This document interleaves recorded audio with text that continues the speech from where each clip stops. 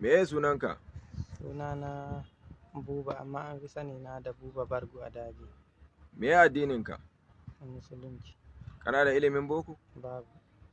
Ilimin arabiya fa? Akwai kaɗan. Me sunan babanka? Alhaji Umaru. Kai dan wani gari ne? Ni ɗan Kodo ne. Kodo a wani jiha? Jihar Neja.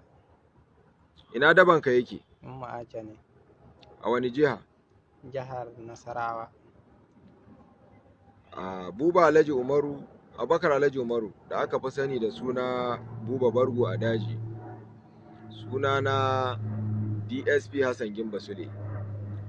Da umarnin mai gida na Deputy Commissioner of Police da aka fi sani da suna DCP Kolo Yusuf, Commander FIB STS, Special Tactical Squad, ya umarce ni da in yi ma abinda muke kira cautionary word, wato alamun gargadi. Kana so in yi maka da Hausa ko in yi maka da Turanci? Kai man da Hausa. Kana so in yi maka da Hausa ko in yi maka da Turanci? Kai man da Hausa. Ni dan sanda mai suna DSP Hassan Gimba Sule, na yi niyyar gabatar da karanka kai Abubakar Alhaji Umaru da aka fi sani da sunan daji Buba Bargu a gaban kotu. Shin kana da bayani da za ka yi kan fashi da makami, garkuwa da mutane? Akwai bayani. Da kuma alaka da miyagun bindigogi da muka kama ka da su, da uniform na sojoji da ke jikinka. Miyagun bindigogin ga masu kirar AK-47 da kuma AK-49. Kana da bayani? Akwai bayani. Ba tare da mu 'yan sanda muna tozarta maka bane ko bisa ga alkawari kai Buba Bargu don ka gaya mana gaskiya. Amma duk abin da ka ce, yadda muka ɗauka a rubuce, mun ɗauka a rubuce ai ko? Haka nike video recording naka. Muna video recording naka ne. Kuma shi zai kasance shaida a kanka gobe in muka gurfanar da kai a gaban kotu. Za ka yi bayani ba bisa ga alkawari ba ko kuma ba an tozarta maka ba? Zan yi bayani. To ka yi bayani mu ji. To na farko dai mu gaskiya muna yin kidnapping, muna tare titi hanyar Lokoja, kuma muna da yawa. Akwai masu tarewa su Buji, su suna zuwa hanyar Kaduna, da su Orijeje, da su Malam, da su Yaran Babu Gayelo. Amma ni gaskiya ban cika tahiya waje nesa ba, ina zuwa nan titin Lokoja ne. Mu tare kuma mu ɗauka mutane irin ko mutum 10, ba wanda ba mu ɗauka, duk yanda mun ka samu haka za mu ɗauka. In mun ka zo da su sun biya mu kuɗi mu sake su su koma. Mun taɓa kamawa, an mun kama mutum fiye da 10, wata bi har 20, wata bi 5, su biya mu miliyan 5, su biya miliyan 10. Duk dai yanda mun ka gani mun shawara mu anshi kuɗin sai mu ansa. Kuma akwai su Boko Haram, su in sun kama sai su kama yanka, in sun taho da matan sai su wuce da matan, mazan kuma za su yanka shi ne, su feɗa shi da kasan an kai dabba cikin mahauta. Kuma matan kuma za su je su aje su a gida, su ce ya halatta su aure su.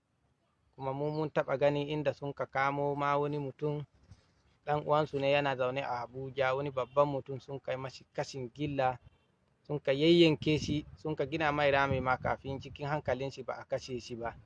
Sun ka gina mai rami, sun kai mashi gunduwa-gunduwa, sun ka tura shi cikin rami. Sannan kuma muna da manya gaba da wajen na, irin su Buji, irin su Yelo, irin su Bulaki, su suke hiddo mamu kaya. Don ko an kama mutum ma Buji shi yake da hanya ya kira lauyoyi a ba su kuɗi irin miliyan 2, miliyan 3 su sake mutum a cikin sirri, babu wanda zai sani. Sannan kuma su Boko Haram, ni dai tsakanin da Allah ban alaƙa da su, tunda na ga sun taɓa kashe mutum kashin da bai kamata ba. Amma bindigogin ga da muka kama ka da shi, ya aka yi ka mallaki bindigogin nan da kuma kakin da ke jikinka? Bindigogi aikawa na Buji ya sayo man su, kaki kuma Orijeje ne. Me sunan bindigogin? AK ne. Kuna da wani suna da kuke kiran bindigogin ne? Muna kiran su kala-kala. AK kaman kashi nawa ne sunayensu da kuke kiransu? To ni dai na san AK da Duna kawai na sani. Yanzu shekara nawa kana cikin wanga harka na fashi da makami da kuma kidnapping? Shekara 3 ne.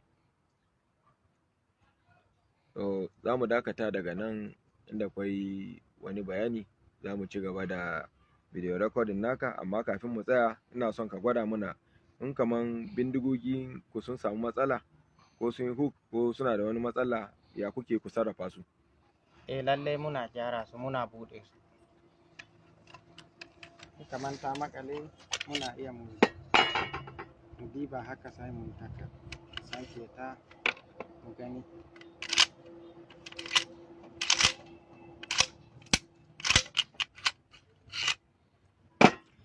Amma mai gidanku Buju yana ina yanzu? An kashe shi, sojoji sun kwanta mai sun kashe shi, yana tare da yelo, kuma yelo shi ma an yi ruwan wuta da shi har ya kashe waɗansu. Sojoji nawa ya kashe ranar da suka yi faɗa da Buju? Ni ban gani ba, amma na ji an ce ko guda 4 ne, kuma ya kakkare waɗansu.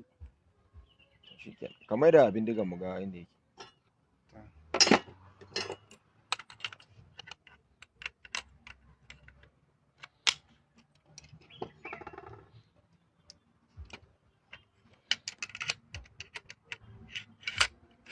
In za ku hau hanya kuna kaiwa kaman mutum nawa, kaman a daban ku nawa ne?